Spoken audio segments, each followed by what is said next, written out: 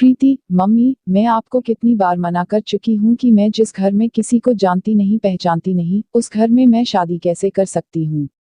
मैं तो ससुराल में बिल्कुल अकेली पड़ जाऊंगी।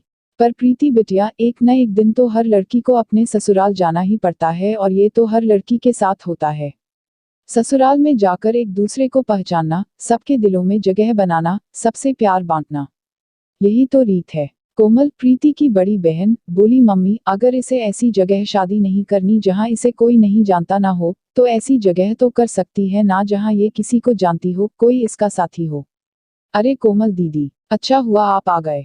मम्मी को देखो ना, कब से शादी कर ले बोल रही है। जब मैंने बोल दिया कि मुझे अभी शादी नहीं करनी तो क्यों बार बार मम्मी जिद कर रही हैं। कोमल ने कहा, ठीक ही तो कह रही है मम्मी, एक ना एक दिन तो शादी करनी है तो क्यों ना समय रहते खुशी का काम ठीक ठाक हो जाए। वैसे अगर तुम कहो तो मैं तुम्हें एक सलाह दे सकती हूँ। मेरा इकलौता देवर मोहित अभी नई नई नौकरी पर लगा है और माँ बाबूजी उसके लिए लड़की देख रहे हैं, पर मोहित को अभी कोई लड़की पसंद नहीं आ रही है। अगर आपकी रजामंदी हो तो मैं प्रीति के लिए अपने देवर से बात करूं मम्मी। माँ बोली, ये तो बहुत अच्छा रहेगा कोमल बिटिया। अगर तेरे ससुराल वाले इस बात के लिए मान जाते हैं तो तेरे पापा और मुझे तो कोई ऐतराज नहीं। कोमल बोली, और प्रीति तू बता।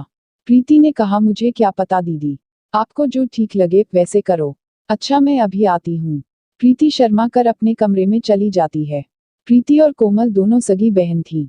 कोमल की शादी शहर के एक बड़े ऊंचे घराने में हुई थी। कोमल प्रीति की शादी की बात अपने देवर से करती है।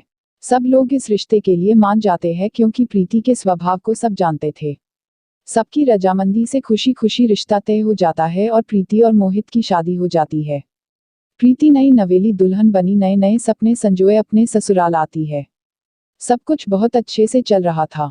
दोनों बहनें मिलकर खुशी खुशी घर का काम निपटाती। घर का माहौल बहुत ही शांतिपूर्ण था। पर कहते हैं ना, जहाँ चार बर्तन होते हैं वो कभी ना कभी बज ही जाते हैं। कोमल की सास प्रीति के स्वभाव से बहुत खुश थी। एक दिन सास का एकादशी का व्रत था। कोमल थोड़ी देर से सोकर उठी, इसलिए प्रीति ने सास के लिए फलाहार की कई सारी चीजें बना डाली। ये देखकर सास बहुत खुश हुई। सास बोली, प्रीति बहू, मैं तो धन्य हो गई जो तुम जैसी बहू ऊपर वाले ने मुझे दी। मेरी दोनों बहुएं लाखों में एक है। वैसे तुमने तो फलाहार कितनी सारी चीजें बना डाली, मेरा तो पेट अच्छे से भर गया। प्रीति बोली, माँ जी आपको फलाहार पसंद आया, यह मेरे लिए बहुत खुशी की बात है। अपनी सास की प्रशंसा की हकदार पहले अकेली कोमल हुआ करती थी, पर अब सास का प्यार बंट गया था। प्रीति की तारीफ सुनकर कोमल को अपनी बहन से थोड़ी ईर्ष्या होने लगी, इसलिए उसके व्यवहार में बदलाव आने लगा। प्रीति बोली, कोमल दीदी देखना, मैं कढ़ी बना रही थी, पकौड़ों के लिए इतना बेसन काफी रहेगा ना। कोमल ने कहा, देखो प्रीति, अब तुम मेरी छोटी बहन नहीं हो, तुम मेरी देवरानी हो, इसलिए घर की जिम्मेदारियां सीख जाओ। अब हर समय मैं तुम्हें थोड़े ही बताती रहूंगी कि क्या सही है और क्या गलत है। खुद भी तो बनाना सीखो, और वैसे भी मुझे बहुत सारे काम है। आज से पहले कोमल ने प्रीति से कभी ऐसे बात नहीं की थी, पर प्रीति इस बात पर ध्यान नहीं देती।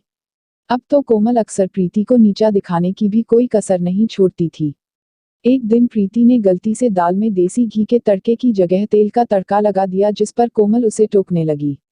कोमल बोली, प्रीति तुम्हें पता है ना कि माँ जी को देसी घी के तड़के वाली दाल पसंद है, फिर तुमने तेल का तड़का क्यों लगा दिया। प्रीति ने कहा, दीदी वो देसी घी मुझे मिल ही नहीं रहा था, मैंने पूरी रसोई में देखा, इसलिए मैंने तेल का तड़का लगा दिया। कोमल गुस्से में बोली, 6 महीने तुम्हारी शादी को हो गए हैं, कब तक मैं ही रसोई के सामान की देखभाल करती रहूंगी।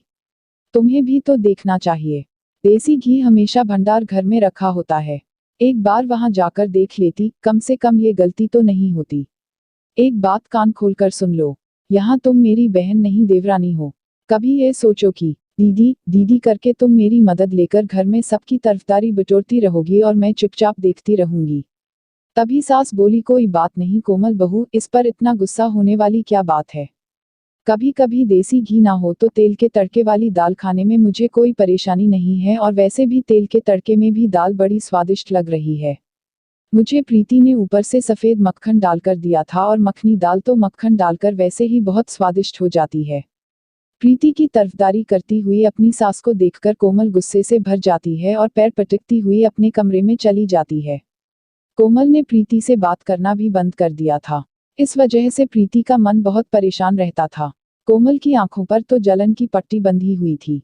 एक दिन सास ने पूछा, क्या हुआ कोमल? तबीयत तो ठीक है, आज सुबह से ही सो रही हो। अरे, तुम्हें तो बहुत तेज बुखार है। कोमल, माँ जी, मेरा सिर दर्द से फट रहा है, बड़ी घबराहट भी हो रही है। सास ने, प्रीति बहू, जल्दी आओ। देखो कोमल बहू बुखार से तप रही है और इसने किसी को कुछ नहीं बताया। सूरज भी शहर से बाहर गया हुआ है। प्रीति बोली, कोमल दीदी, आपने मुझे बताया क्यों नहीं? घबराओ नहीं, मैं अभी मोहित को फोन करती हूँ। वो ऑफिस नहीं पहुंचे होंगे, रास्ते में ही होंगे। प्रीति ने फोन पर, हेलो मोहित, आप तुरंत घर आ जाओ, दीदी की तबीयत ठीक नहीं है। वो बुखार से तप रही है। मुझे तो बहुत घबराहट हो रही है। मोहित, प्रीति का पति, घबराओ नहीं प्रीति, मैं अभी आता हूँ। चिंता मत करो। प्रीति दीदी दीदी करके रोना शुरू कर देती है। इतनी देर में मोहित घर आ जाता है। वो लोग कोमल को लेकर अस्पताल पहुंचते हैं। कोमल का बुखार सिर पर चढ़ गया था। प्रीति अपने मम्मी पापा को भी फोन कर देती है। वो लोग भी अस्पताल पहुंचते हैं। प्रीति रो रोकर डॉक्टर से अपनी दीदी को ठीक करने की बात कह रही थी। प्रीति रोते हुए, डॉक्टर साहब, मेरी दीदी ठीक हो जाएगी ना? प्लीज, आप उनका अच्छे से इलाज कीजिए। मेरी दीदी को ठीक कर दीजिए डॉक्टर। एक हफ्ते बाद कोमल की तबीयत में सुधार आता है और उसे हॉस्पिटल से छुट्टी मिल जाती है। प्रीति ने कोमल की अस्पताल में भी बहुत सेवा की और घर आने के बाद भी उसका बहुत ध्यान रखा। प्रीति अकेले ही घर का सारा काम निपटाती और साथ ही साथ कोमल की भी बहुत देखभाल करती थी। प्रीति की देखभाल से कोमल बहुत जल्दी ठीक हो गई। कोमल भी अपनी बहन प्रीति के सेवा भाव को देख रही थी। कोमल को अपनी गलती का एहसास कराने के लिए एक दिन उसकी सास बोली। सास ने कहा, प्रीति ने तुम्हारी कितनी सेवा की है बहू। भगवान ऐसी देवरानी सबको दे। अपनी सास के मुंह से ये शब्द सुनकर कोमल की आंखें भर आईं। तभी प्रीति बोली, देवरानी नहीं बहन हूँ माँ जी। बहनों में तो ऐसे मनमुटाव चलते ही रहते हैं। जब हम छोटे थे तब भी तो हम झगड़ा करते थे, तब क्या हमारा रिश्ता खत्म हो गया? प्रीति बोली, कोमल दीदी, अगर आपको लगता है थोड़ी बहुत लड़ाई झगड़े से हमारा रिश्ता खत्म हो जाएगा तो आप गलत हैं। मैं आज भी आपकी बहन हूँ, मैं कल भी आपकी बहन थी और आगे भी मैं आपकी बहन ही रहूंगी। देवरानी मुझे कभी मत समझना और ना कभी बोलना। कोमल, प्रीति, मेरी प्यारी बहन। प्रीति और कोमल एक दूसरे के गले लग जाती है। सांस की आंखें भी खुशी के आंसुओं से भर जाती है। अब दो देवरानी जेठानी नहीं बल्कि दो बहनों का मिलन हुआ था।